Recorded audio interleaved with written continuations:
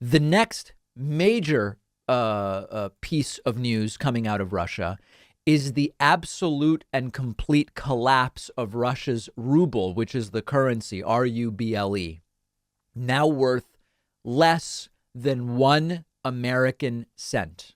Less than 1 American cent. One of the things that took place over the weekend is that there have been swift bank sanctions placed on Russia. Now, I don't mean that they were swift and that they were rapidly placed. They weren't done swiftly. Swift in all caps is an interbank messaging system used to transfer money internationally. Sometimes when we have like an advertiser that's based in a different country, Swift codes are used to transfer money back and forth.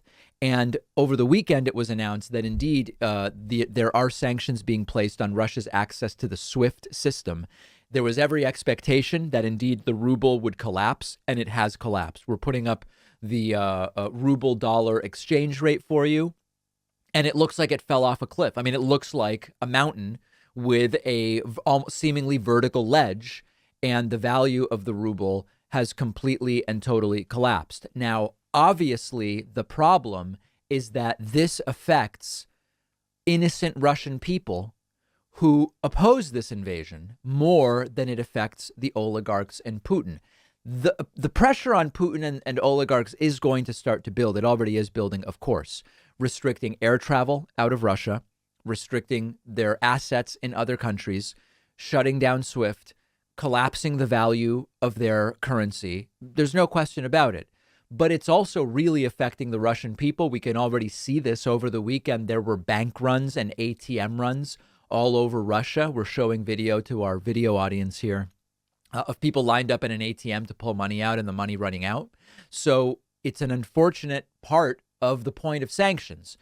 Part of the point of sanctions is turn more people against Putin and turn even more people against him when there are already people against him to try to put pressure on him to stop what he's doing. Now, does Putin care about the suffering of the Russian people? It's not clear. It's not clear. And this happened in when there were sanctions for Germany for starting World War I, and it led to German people suffering. And later, Hitler used that to his advantage.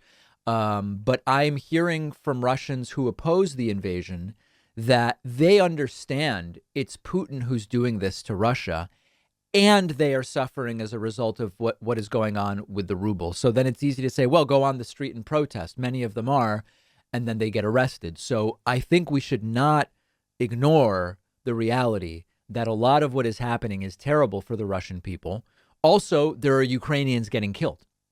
So this isn't the sort of competition about who is most being who is most brutally suffering as a result of this. There's different types of suffering. And of course, most people would say, I'd rather be poor than die, meaning have the ruble be worth nothing in Russia versus potentially get killed in Ukraine. But obviously, this is all much more complicated than that. Now, another comment I received is communal pain often will lead to communal action.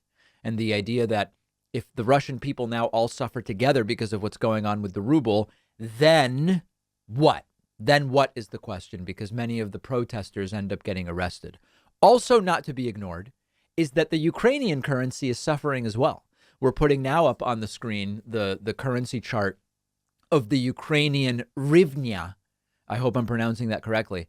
Also way down, not as much as the ruble on a percentage basis. So in addition to the bombing happening in Ukraine and the invasion happening in Ukraine, Ukrainian currency also taking a major hit. And we will continue to see whether these negotiations that are reportedly starting between Ukraine and Russia lead anywhere over the next 24 hours. You can support the David Pakman Show by supporting our sponsors. And one of those sponsors is Sheath Underwear.